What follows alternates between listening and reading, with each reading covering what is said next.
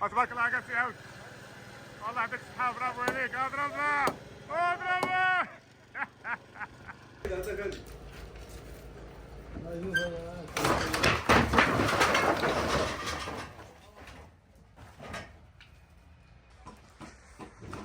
تبارك الله الخدمة طلعت ناضية. هانتوما كتشوفوا السدة تبارك الله طلع داكشي مزيان. يا سلام تبارك الله سي ايوب. راك قايم بالواجب اخي. الضحك والنشاط مع الاصدقاء والعمل. اللهم بارك. فالامور غادا مزيانه كما كتشوفوا. فاحنا قريبين للمسجد، نحن على بعد خطوات من المسجد. اللهم بارك. على كل حال الحمد لله الامور غادا مزيان، وكما وعدناكم دائما فسوف ننقل لكم كل جديد فيما يخص بناء مقر سمغربيت. اللهم يسر ولا تعسر. غادي نبداو من مثلنا الفيديو الاخير اللي كنا درنا الطبله ودرنا السواري.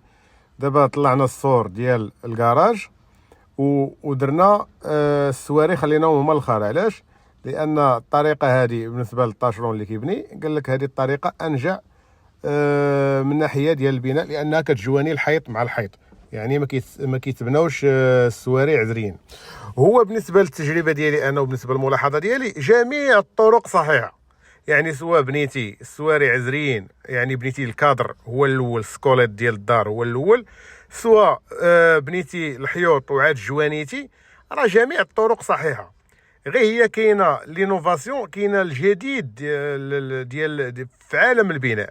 يعني المجال البناء حتى هو كيتحرك ويتطور بسرعه كما تتطور جميع المجالات. هذه الطريقه هذه ديال الجواني باش يجواني الحيط مع خوه بالساريه فهي كذلك صحيحه. والطريقه انه يبني الدار عزريه يعني وعاد يبني الحيوط، فهما كاينين طرق جديده باش ما يوقعش الشق.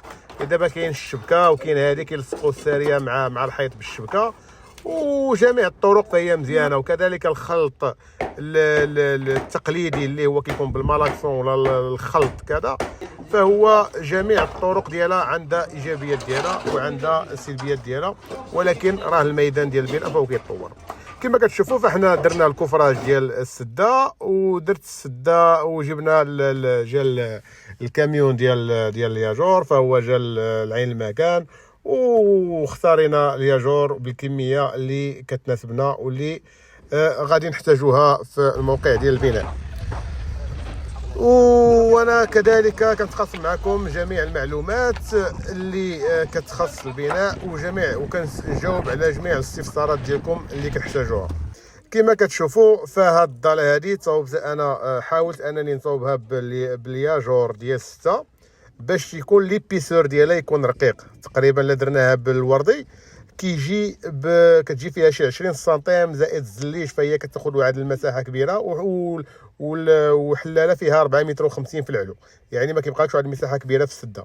فكما كتشوفوا فالسده من بعد ما درنا الكفراج ديالها ودرنا واحد الطبقه، واحد الشبكه ديال الحديد اللي كان فيها الحديد ديال 14، كان فيها الحديد ديال 12، وكان فيها كذلك الحديد ديال 10.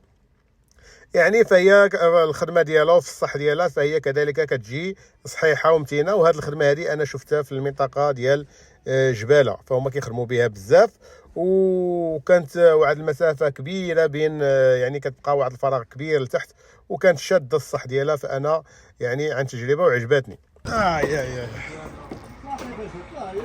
برافو. ها الشبكه هي ناضيه.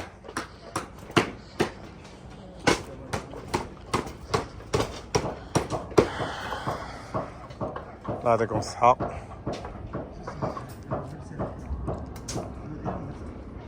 السي ايوب تا هو راه حاضر معنا هذا النهار، حاضر معنا الضاله. الله يعطيك الصحة سي ايوب. قلنا سي ايوب على حسب هاد الخدمة اللي درتي هنايا في الضاله ماشي بحال الخدامين اللي درتيهم في الضالات الاخرين. شنو الفرق بين هاد الضاله هادي والضالات الاخرين؟ هنا كاين الياجور. درنا الياجور على حسب انها ما تاكلش المسافه. يعني عندك انت تقريبا هنايا عندنا 4 متر 4 متر و50 غنديروا 4 متر و50. 4 متر و50 هي اللي كاينه في البلان. 4 متر و50 هي اللي كاينه في البلان.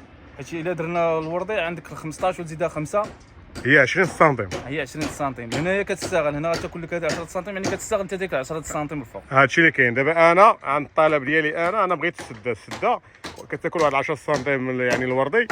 انا قلت له بغيت السده تكون رقيقه شويه وتكون عامره، وعطانا الفكره ديالو تبارك الله. علاش درنا ليها الياجور؟ فين اللي غنديروها بلان؟ درنا الياجور على حساب حتى التزعزيع ما يكونش. كدير الياجور كتصحاح بصح، لان الياجوره صحيحه على الورديه. الياجور الورديه يقدر ما تزدحش عليها بحال هكا، ولكن الياجور تزدح عليه ما يبقى له حتى شي حاجه لانه صحيح. الياجور صحيح، في نفس الوقت ما تيخليش داك التزعزيع تم غادي وكتسمع الدو يعني كتسمع الصوت ديال التخرقيب وهذه. حاليا دابا ملي كتلقى شي كارو كبير في الوردي تم غادي كتسمع داك التزعزيع. كيعطي ديك الصوت كتكلم بصح. اما هذا لا، الياجور صحيح تبارك الله. انا زعما هاد الياجور هذا شفتو انا في البلاد، المنطقه ديال الجبل كيخدموا به بزاف. احنا الحمد لله رجعنا وعجبتني الفكره، ومني خدامه يعني خدامه مزيان. عن نختصر واحد 10 سنتيم من العلو ديال السده على الربح. انا راه مزيان لي انايا، الا كانت خدامه راه مزيان اللهم يسر. اقتصاديه في نفس الوقت من تم بالنسبه للوردي اقتصاديه. ايوا انتم كتشوفوا كطيح عليك قل من سميتو، وكطيح قل على حتى البلان. حتى البلان الدار الصمغه كطيح عليها تقل، لانه الياجور كيعمر ديك الفراغ ديال انه كاياس. بحال هذا راه كياخذ شويه من الكاياس، كياخذ من الكايس، كياخذ يعني حد انت غادي تعمر 12 سنتيم، دابا غتولي شحال تضرب، غتولي تضرب عليها 5 سنتيم اللي عاليه فوق اللي عاليه، فوق الحديد، وكتجي شاده الصح ديالها، شاده الاخر ديالها. غتشوف كلشي داعين. واللهم يسر اللهم يسر. والحمد لله الامور مزيانه، والفريق العامل راه خدام. فالسي بوعزه هو راه هما داروا السرير باش غادي يهزوا الكياس وغادي يحطوه هنايا في السرير، ومن بعد غادي يهزوه يحطوه هنايا يعمروا الضاله هاد العشيه هادي. واللهم يسر للجميع، وحنا موجودين بعين المكان. ياك البطل ياك. يلا اللهم يسر. بين لي سي بوعزه اللي ما بغاش يخدم قولها لي صافي. يلا الله يعوضك بارك الله فيك. وكما كتشوفوا هنايا فبدا الخلط ديال الاسمنت في الارض وداروه على السرير، كيحطوه في السرير، ومن السرير عاوتاني كيحطوه يعني في السده. فالطرق ديال البناء فهي جميع الطرق صحيحه، وجميع الطرق فاحنا هذه الطرق اللي كانوا كيتبنوا بها الديور يعني من دائما. يعني وقع واحد التجديد في عالم البناء، ولات ديك المالاكسون هي اللي كتخلط، كتجيب لك زائد لا بومب، يعني كتعطيك الارتفاعات الشاهقه وكتجيب لك داك الشيء مخلط. فاحنا عندنا يعني السلعه محطوطه في الشونتي، قلنا لماذا اننا ما نخلطوش خلط يدوي.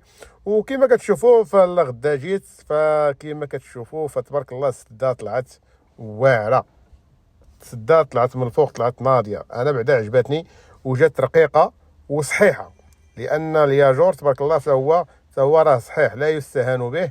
والخدمه ديالو الياجوره مع اختها كتجي شاده، وكتجي كذلك فهي اقتصاديه، وحتى لو بغيتي دير شي اصلاح ولا شي حاجه فهي كذلك سهله في الاصلاح.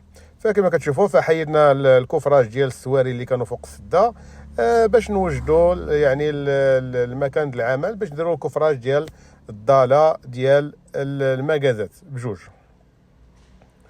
وهنا درنا واحد الساريه الليمونيه، هذه درناها عي كدعم لديك البروز اللي كان خارج من السده تقريبا واحد 2 متر ونص. درناها كدعم لديك البروز اللي خارج باش يشد السده شويه مزيان.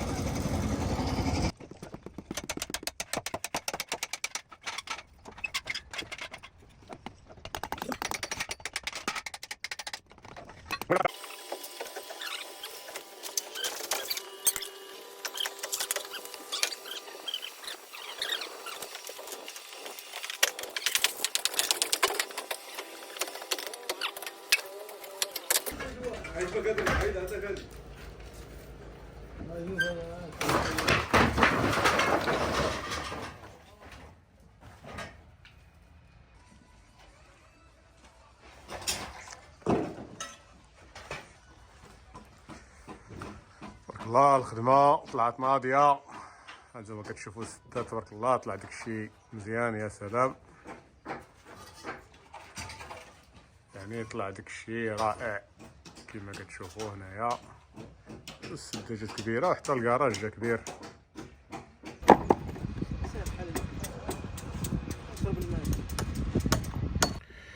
ومباشره ملي حيدوا الكفراج ديال السده من التحت خلينا واحد الدعامات يعني باش يهزوا حتى الكفراج ديال الضاله ديال المكازا، خلينا شي شونديل لتحت وبداو في الكفراج ديال الضاله ديال المكازات بجوج. والاشتغال ديال يعني الخبره ديال الوشاف ديال الشونتي ديال الطاشرون فهي كتلعب واحد الدور كبير جدا. راه نقول لكم راه لا ما كانش المعلم راه واخا تجيب له اخر ما كاين في الماتريال راه ما يخرجلكش داكشي هو هذاك. ولكن ملي كيكون هو خبير يعني كيمشي الامور بداكشي اللي عنده. فالسي ايوب تبارك الله ولا الطاقم اللي خدامين معاه ولا الشاف محمد حتى هو يعني الطاشرون الكبير ديالهم فهو محمد، فهو كذلك بالخبره ديالو فهو كيعرف كيوزع كل حاجه كيحطها في المكان ديالها وكل حاجه الحمد لله الامور غادا مزيانه. غادا داكشي داكشي بالخيط الميزان ها هو الخيط ديالو داكشي عبار وكلشي خدام. والله ما يسير غدا ان شاء الله غادي نديرو الطاله ديال المكازا.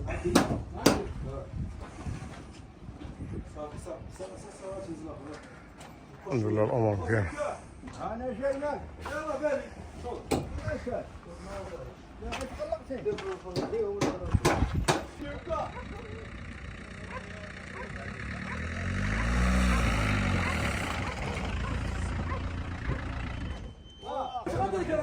تبارك الله سي ايوب، تبارك الله سي ايوب، راك قايم بالواجب اخي. ضروري. الضحك والنشاط مع الاصدقاء العمل. اللهم بارك. فالامور غادا مزيانه. ايوا والحمد لله كما كتشوفوا درنا الضاله الدخلانيه 6 داكشي مزيان. ودابا ندوزو للضاله كما كتشوفوا فاحنا قريبين للمسجد، نحن على بعد خطوات من المسجد. اللهم بارك على كل حال. الحمد لله الامور غادا مزيان. وكما وعدناكم دائما فسوف ننقل لكم كل جديد فيما يخص بناء مقر تمغربيت. اللهم يسر ولا تعسر. السلام عليكم. هذا الصباح هذا صباح نشاط هنايا كلشي خدام. فكنطلعوا الوردي وكذلك غادي تطلع السلعه كامله هنا الفوق باش غادي نبداو في الاجراءات ديال الطاله. اللهم يسر ولا تعسر ودعواتكم بالتوفيق ان شاء الله والامور تدوز بخير وسلام على الجميع. اللهم يسر على الجميع.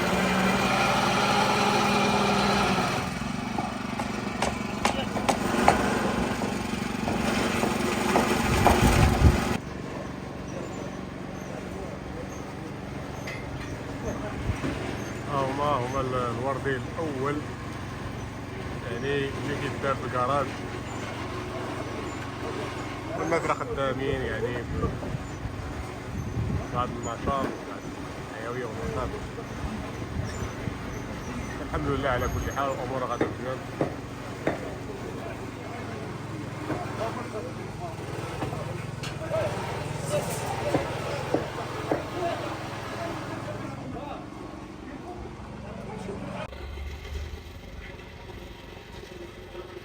الحمد لله الامور غدا على قدم وساق والعمال يشتغلون. النهار ديال الضاله ما كيكونش فيه الضحك. الايام العاديه كيكون فيه شويه الكلام وشويه ديال التجادف اطراف الحديث اثناء العمل، ولكن في النهار ديال الضاله فالكل كيكون منغمس في العمل ديالو وكل واحد كيكون شاد البوست ديالو عارف راسو شنو خصو يدير باش يكملوا الضاله يعني في نهايه اليوم باش ما تبقالهمش شي حاجه الغدا. فالحمد لله فاليكيب هي خدامه وحنا كذلك ساهرين على تحضير الطعام لهم وكل ما يحتاجونه يعني اي حاجه وقفوا عليها فانا موجود هنا ل يعني لتسهيل مأمورية البناء لعمال البناء. ودعواتكم بالتوفيق وشكرا لكم وسنوافيكم بجميع تفاصيل بناء مقر تمغربيت لتأخذوا فكرة عامة وتتجنبوا مجموعة من الأخطاء التي يقع فيها أصحاب المنازل بعلم أو بدون علم. فتجربة مفيدة هذه اللي كانت قاسمة معكم إن شاء الله، وغادي تكون درس كبير بالنسبه لي انا شخصيا، لانني عرفت مجموعه من التفاصيل اللي ما كنتش كنعرفها. والحمد لله ملي كتدخل مجرب لا سال الطبيب كما كيقولوا. فالتجربه فهي خير برهان. ملي كتدخل التيران وكتشوف في الشونتي شنو كاين، فكتعرف بزاف ديال الحوايج اللي كتكون انت غافل عليهم. واللهم يسر على الجميع، وان شاء الله نتلاقاو في فيديوهات قادمه باش نشرحوا فيها جميع التفاصيل. واعتذر منكم لعدم الاجابه على جميع تساؤلاتكم نظرا للانشغالات الكثيره والالتزامات المتعدده مع مجموعه من الاطراف. ونلتقي في فيديوهات قادمه، والسلام عليكم ورحمه الله تعالى وبركاته.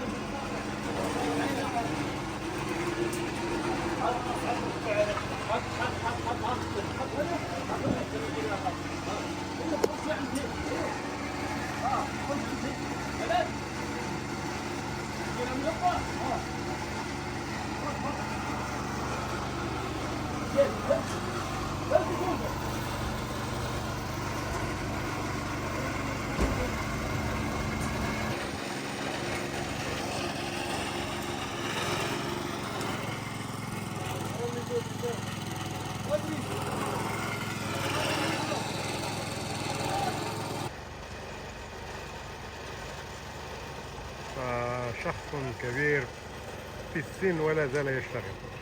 الله يعطيه الصحة. هذا الرجل هذا سميتو العود، فهو تبارك الله ما شاء الله، فهو راجل كبير ومازال كيشتغل بنفس الحماس.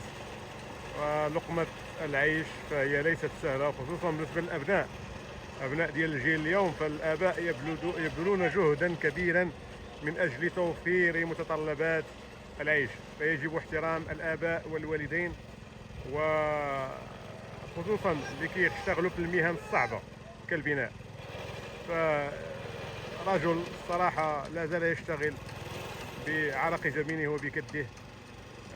فصورة فيها مجموعة من العبر ومن الدروس. أنا بعيد عن الحان ويعني أقوم بتصويره، ولكن أريد أن أوصل رسالة لجميع الناس، وخصوصا الأبناء اللي ما كيعرفوش بأن لقمة العيش راه ما كتجيش بالسهل. فهنا كاين لو ريسك، فكيشتغل في مكان عالي. والعمال ديالنا المغاربة تقريبا ما مولفينش اللباس ديال الحماية. هذا هو اللي كنلاحظ انايا في جميع يعني لي شونتي. نادرا الا لي شونتي اللي كيكونوا كبار وهذه ما كيلتزموش بواحد المعايير ديال الحمايه. وان شاء الله يعني الا كان الدخول ديال المجال ديال البناء، فان شاء الله سوف التزم ان شاء الله بتوفير يعني قبعات الحمايه وسترات الوقايه كذلك، والاحذيه المناسبه للبناء. لان الاشتغال في هذه البيئه اللي مملوءه بالاسلاك والمسامير والمجموعه من يعني التحديات، يعني خصك تكون عندها اللباس اللي كيكون مقوم ديالو. فاتمنى من الجميع ان شاء الله، وخصوصا في جميع ربان الاخر لي طاشون ولا لي شوف دو شونتي مستقبلا، ماشي غير في جميع دابا هي دار اخرى، يعني جميع المنازل فهما ما مولفينهاش. واخا تجيب له الكاسكيت وتجيب له بروتكان ولا تجيب له شي حاجه ما يبغيش يلبسو، لانه يعيقه في الحركه ويعيقه في التحرك ولا ما مولفش عليه. فان شاء الله فهذه خصها تكون قاعده ان العمال خصهم يلتزموا بسترات ديال الوقايه كذلك، باش الانسان يدوز النهار ديالو باقل الخسائر وبدون اصابات.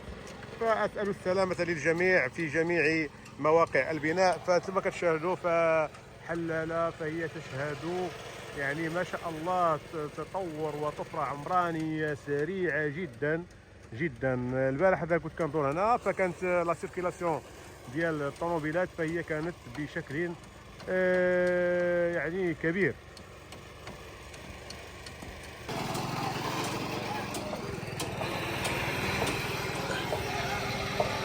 شكرا سيد. هانيا ابو عزة كيف راك ابو عزة؟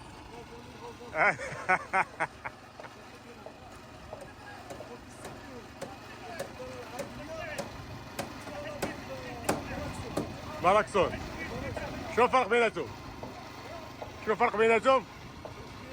هذيك كتطلع على خاطرك، كتوصل هذيك الدالي كيدخل البطون على خاطرو وكتبقى كلشي مزيان. موديل ماراكسون كتجي كتسربي ليك كتسمى ما كيتسجلوكش، كتقول لك عطني ما كتسجل، كتقول لك ولا ملي كتحيد هذا شي ديال الترابيز اللي كتحيد ليه كلشي كيكون تقابي. اييه بصح اذا الماراكسون كتخدم على السرعه. كتخدم السرعه ولا كانت شي درجه شويه ناقصه ما عندهاش كلام مزيان كطيح. نيشان الا كتكون واحد الكومبوزيسيون ديال السما وكتهبط. نيشان. اما هذه اللي كتكون هذه كل حاجه كتكب سطل يعني كيكون برويطه كيكون كلشي مزيان. العضلات كلنا مزيان. كل حاجه كتدخل قياسها. كتكون لعب برويطه كل حاجه كتشد القياس ديالها. كتمشي شي القياس ديالها. والله يعطيكم الصحه، برافو عليكم. الله يعطيك الصحه سي بو عزة، الله يعطيك الصحه ودي اخي بو عزة، رقم واحد اخي بو عزة، ومازال نخدموا ان شاء الله في مشاريع اخرى ان شاء الله. الله يحفظك، اللهم يسهل. سي العود تبارك الله عليك سي العود، الله يعطيك الصحه، برافو عليك. اضربها اضربها سي مصطفى. تبارك الله الامور مزيان. ما تثيقش ياك. الحمد لله الامور غادا مزيان كما كتشوفوا. مول البوجيه هو خدام.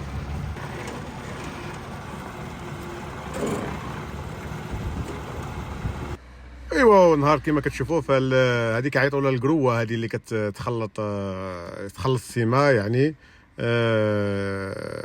فهي كتكون مانيوال يعني كيخدمها العامل ديال البناء ولا كيتحكم فيها. وكذلك فكل الطرق البناء فهي جيدة، يكفي أن يكون القائم على البناء محترف ويعرف ما له وما عليه، وكذلك مشرف على التفاصيل الدقيقة في عملية البناء.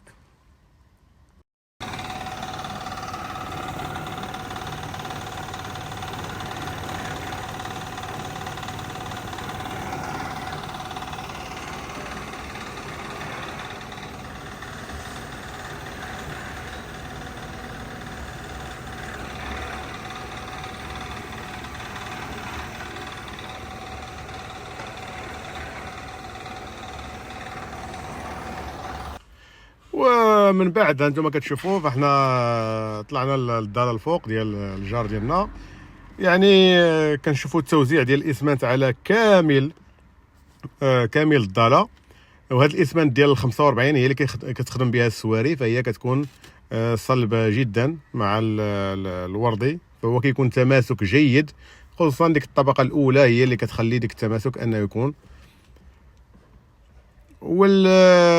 والطاشرون فهو كذلك يشرف على شي مرات كيكون مثلا كيوقعوا بعض التشققات ديال الوردي، فضروري خصو يكون التدخل ديال الطاشرون، يعني كيسد ديك التجويفات بالاخر بلياجور باش ما يكونوش التسرب ديال الاسمنت في الاسفل.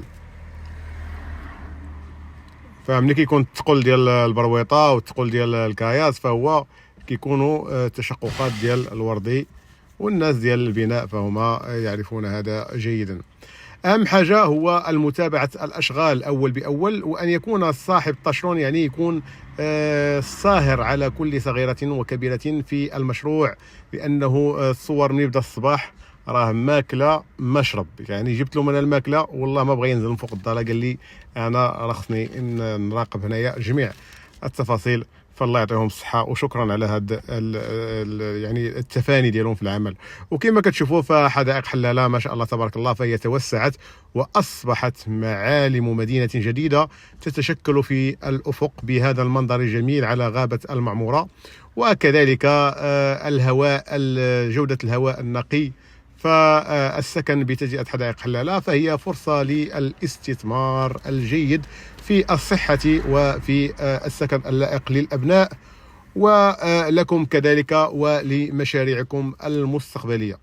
فقناة تمغرة بيت فهي دائما يعني تجيب على تساؤلاتكم واقتراحاتكم، وأنا موجود، وكذلك رقم الواتساب فهو تحت الشاشة لجميع التفاصيل. المهم درنا تقريبا شي 70 خنشة وما قدتناش ديال السيما، وزدنا واحد 20 خنشة أخرى تقريبا، هي شي 90 خنشة اللي كلات ديال السيما في الضالة، تقريبا مساحة ديال 90 متر. وكما كتشوفوا فالطبقه يعني اللي كتكون من الفوق فهي كتكون جاريه شويه، هي اللي كتعطينا داك البساط اللي كيكون متساوي. وكما كتشوفوا كذلك فالطريق الرابطه بين البحيره وبين حلاله فقد تم تجهيزها وتثبيتها. فانا جيت لغدا من بعد ديال الضاله، فانا جيت نقيت الشانطي، ما بغيتش نخلي فيه داك الرمله والكاياس، فهذا واجب على صاحب البيت أن ينظف الطريق. وكذلك كنظف باش غادي يحطوا الكاياس ويحطوا الرملة اللي غادي تجي يلقى بعد الشانتي نقي. فأنا جمعت الكاياس كامل، جمعته في هذه البلاصة. وشكرا على المشاهدة، ونحن موجودون لجميع استفساراتكم وتساؤلاتكم ودعواتكم بالتوفيق إن شاء الله. مع السلامة في فيديو قادم، وإلى اللقاء.